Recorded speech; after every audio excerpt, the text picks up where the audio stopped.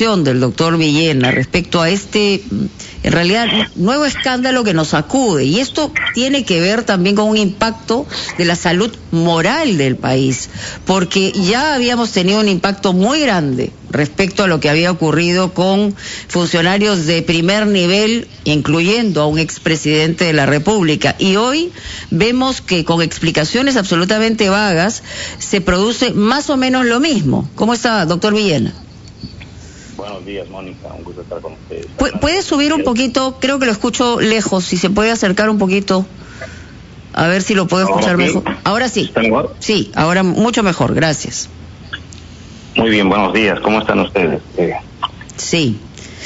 Una vez más, sí. Mónica me hace dar una opinión sobre lo que sucede en circunstancias en las que lamentablemente tenemos que observar que pareciera que no coordinamos, que no organizamos, que simplemente vamos llevando vacunas y primero llamamos a los que están y después a los que están en una lista.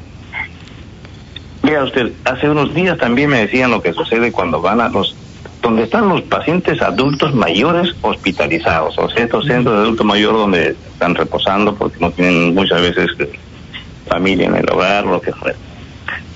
Primero vamos a vacunar a los mayores de 90. Hay un paciente de 90, entonces van y vacunan al de 90, el día lunes. El martes vamos a vacunar a los mayores de 80. Hay 2, vacunan a los 2. El miércoles Oiga, Mónica, es un centro donde hay 12 pacientes mayores de 65 años. No, pues el lunes a los mayores de 90, el martes a los 2, el miércoles. Vamos y vacunamos a todos los pacientes. Es increíble que tengan esa forma de distribuir, porque en 6 días terminan de vacunar a los 12 pacientes que están allí reposando, pasando sus días en lugar de utilizar un solo día y un solo equipo de personal. Y esto es real, porque inclusive médicos me dicen, pero ¿por qué no distribuyen a los pacientes de acuerdo a como los íbamos a ver antes? Yo tengo mi zona, yo voy y vacuno a los de mi zona y no me cambian de lugar para ir a los de 80, 70. Pero es un problema solo de criterio, de gestión, o también es un criterio, una mirada, yo diría, hasta moral respecto al problema. Bueno, es una mirada con lentes de caballo, porque ¿cómo voy a pensar en que voy allá a los de 80 y solo a los de 80? Muy bien dijo usted, ese criterio, hasta es evidente la falta de criterio. Si es un lugar donde hay pacientes, son personas adultas mayores que viven juntos, son más de 7 personas, y voy a ir cada día por los de un grupo de edad, me parece hasta absurdo, por decirlo menos, para perder el tiempo e invertir más dinero. Es bien simple, como ustedes dicen. Llegan, no está el adulto mayor, pero ¿sabe qué? Aquí hay 50 vacunas para los mayores de 60. Faltaron 4, las distribuimos como fuere. No puede ser, pues tiene que haber una directiva necesariamente aplicable en la que nos dicen, ¿sabe qué? Si no llegan los 4, ¿guardamos o no guardamos? ¿Distribuimos o no distribuimos? ¿Y a quién vamos a aplicar las vacunas? Porque de lo contrario puede suceder, si es una vacuna que tenga un tiempo máximo de estar en la temperatura ambiente, que termine por ya no servir. Entonces uno tiene que estar muy claro qué tipo de vacuna estamos usando, cuánto tiempo puede estar en la temperatura ambiente y cuánto esperamos a las personas. Y luego también lo más importante es que ¿cuándo les avisamos que vamos a ir a vacunarles? ¿Cuándo les avisamos? ¿Un día antes, 2 días antes, o una semana, o voy llamándoles todos los días, o veo la forma en que las personas que tienen que ser vacunadas vengan? Y si son adultos mayores, ¿les doy la facilidad para que puedan llegar o tengo que ir al lugar más cercano de su casa? Porque doctor si es un lugar Villena, como, por ejemplo... Sí, ¿cómo está, Fernando? Buenos días. Sí, buenos días, doctor Villena. Es muy importante lo que usted dice sobre la vacunación y sobre todo porque no sabemos cuándo llegarán más y si se cumplirán lo que se nos prometió. Un número de dosis que permita que todos los mayores de 60 años puedan ser vacunados en las semanas que vienen. Lo que sí sabemos es que sigue habiendo un problema de falta de camas UCI en el terreno de los hospitales. Y esto porque tenemos en este momento más de 2.100 camas UCI. Recordemos que eso es 10 veces más que lo que teníamos al principio de la pandemia. Yo quiero preguntarle por eso a usted, ¿cómo se explica que pese a que algunos indicadores epidemiológicos están bajando, la ausencia de las camas UCI siga siendo la peor realidad en nuestro país? Bueno, dos principios fundamentales. Primero es que las camas UCI no son, como muchas veces uno cree, van a ser utilizadas 2 días, 5 días, 7 días y se acabó. No, lamentablemente, y ahí está el presidente, les va a precisar mejor esto. Un paciente, una vez que ingresa a una cama, no sabemos cuándo va a salir de alta. Hay algunos que están 1 mes y hasta 2 meses ocupando una cama UCI, que lo que uno quisiera decir es, bueno, ¿cuántas camas tengo? Tengo 20 camas, ¿y cuántos pacientes van a estar? 20, sí, pero 20. Van a estar 20 pacientes durante 1 mes o 2 meses. Lamentablemente es así, o bueno, hasta cuando se produzca el lamentable proceso. Porque las camas se ocupan y es un dilema grande. Entonces, cuando yo tengo 200 camas, es un buen número. Si tengo 2.000, pareciera que es un número excelente, sí, pero están ocupadas permanentemente. Y el segundo detalle al que me refería es que los pacientes lamentablemente también llegan con enfermedad avanzada, que requieren muy temprano ser pasados a UCI. O sea, ¿qué es lo que sucede? Ya la población misma no quiere ir a los hospitales. Dice, si voy al hospital no me dan cama, no me dejan entrar, mejor me atiendo en mi casa. Y siguen atendiendo en casa hasta que la cosa se pone ya insoportable, doctor, y llegan al hospital en mal estado. Yo diría que estos dos problemas son los más importantes para que siempre estemos con déficit de camas, por supuesto, y hay otras cuestiones intermedias. Sí, eso es muy importante, doctor, lo que usted analiza en esta situación de la pandemia. Pero también queremos pedirle el comentario al doctor Jesús Valverde, médico intensivista y presidente de la Sociedad Peruana de Medicina Intensiva. Doctor Valverde, muy buenos días. ¿Cuál es su evaluación hasta el momento de cómo se está enfrentando la pandemia y sobre todo este tema de la vacunación, que tiene evidentemente deficiencias, y además el tema de la postergación o el retardo de la llegada de los lotes de vacunas de Sinopharm, como se había ofrecido de parte del gobierno en este mes de marzo que ya está terminando? Le pido por favor que nos espere un minuto porque tenemos que ir a la pausa, doctor Valverde, y regresamos con su respuesta, por favor.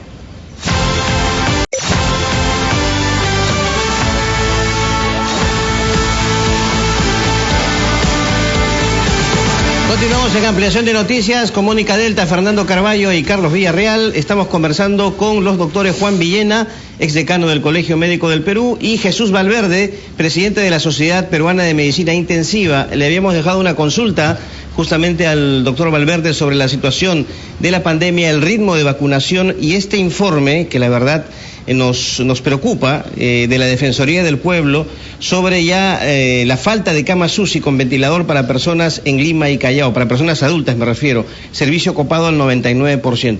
¿Cuál es su evaluación, doctor, de esta situación de pandemia y la estrategia para enfrentarla? Buenos días, Carlos. Buenos días, señora Mónica, Fernando. ¿Cómo está, doctor? ¿Qué tal? Bien, buenos días. Bueno, dos apreciaciones. En cuanto a la vacunación, mientras más rápido sea, mientras más inmunicemos tempranamente, va a tener impacto en el desarrollo de la enfermedad y sobre todo en las formas severas para las cuales está diseñada esta vacuna, ¿no? Entonces, mientras no tengamos esto, vamos a tener aún más pacientes hospitalizados, vamos a tener presencia de segunda o tercera ola inclusive, ¿no? Entonces, creo que debemos apresurar, debemos tener las vacunas cuanto antes aquí en el país. Sé que hay incumplimiento a veces de los laboratorios. Es una situación que pasa a nivel mundial, ¿no? Pero estamos ahí. Y mientras tanto, las medidas de prevención son fundamentales para evitar que se sigan desarrollando las formas severas, sobre todo, de esta enfermedad, ¿no?, que llegan a los hospitales. En cuanto a la situación hospitalaria, estamos viviendo uno de los peores momentos de la pandemia, ¿no?, desde la primera ola hasta hoy. Nunca habíamos tenido tantos casos en cuidados intensivos. Estamos con más de 2.200 camas, pacientes con ventilador mecánico y cerca de 15.000 pacientes hospitalizados. Es una situación totalmente distinta a la primera ola. Yo diría que estamos enfrentando otra forma de enfermedad clínica en este caso, ya que los tiempos de evolución de la enfermedad son bastante cortos, ¿no? Tienen un tiempo de evolución aproximadamente en domicilio 7 a 10 días, y los pacientes están llegando ya a nuestras emergencias, llegan casi directamente al cuidado intensivo. Y esa es una explicación de por qué las camas de cuidado intensivo siguen con un número bastante alto, ¿no?, en los hospitales. Eso segundo lugar, tenemos que ser claros, estas variantes que se están dando en el país tienen un impacto clínico importante, ¿no? Ya no son, pacientes vulnerables los adultos mayores. Hoy en día tenemos muchos adultos jóvenes hospitalizados en cuidado intensivo y los tiempos de hospitalización también se han prolongado en cuidado intensivo. Nosotros en la primera ola, a finales, habíamos tratado de reducir el tiempo de permanencia en cama UCI hasta cerca de 3 semanas. O sea, le damos un buen nivel de rotación a la cama, ya que cuando empezamos teníamos pacientes hospitalizados hasta 9 o 10 semanas, ¿no? Entonces, hoy en día, con esta nueva variante, nuevamente los tiempos de hospitalización se han prolongado, ¿no? Estamos en 4, 5 semanas. Y esto porque... Pero, doctor, disculpe que le interrumpa, pero, a ver, en el país, o al menos en Lima y Callao, ¿cuántas camas UCI quedan? Ninguna. O sea, ese es otro punto que hay que tratar. Las camas UCI no son camas que están libres esperando pacientes.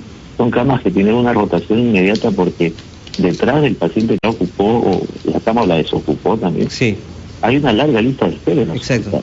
¿No?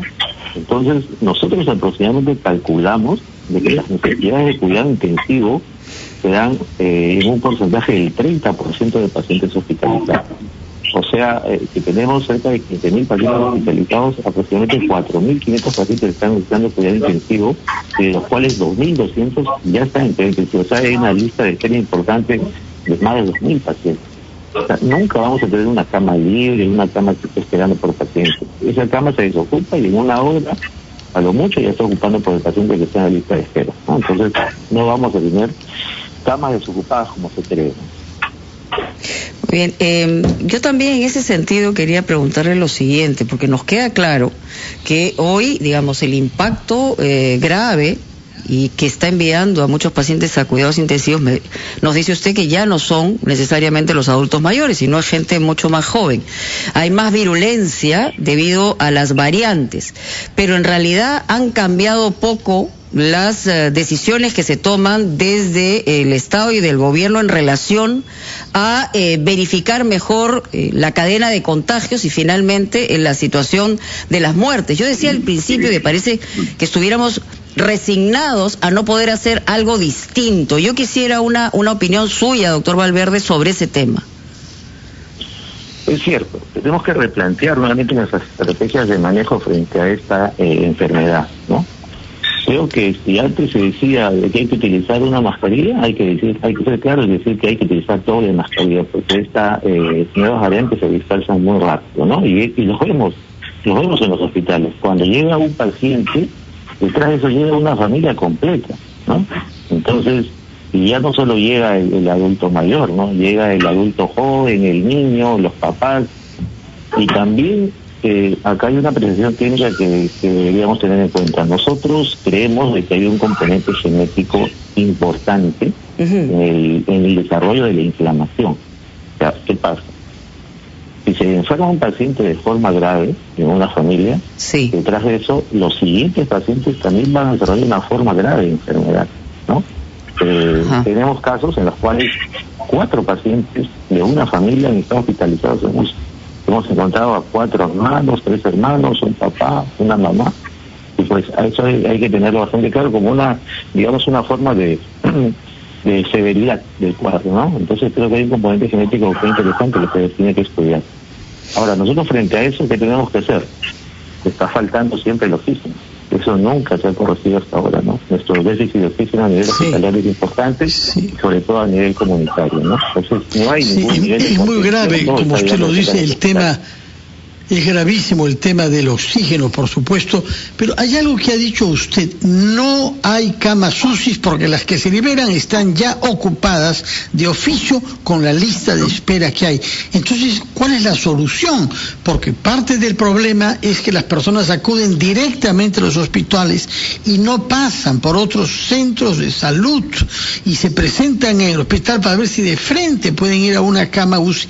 ¿Qué es lo que deberíamos hacer, doctor? Explique a los que nos oyen, por favor, cómo se debe reaccionar ante los primeros síntomas para evitar hallarnos en un grado avanzado de la enfermedad y pedir lo que ya sabemos que no hay.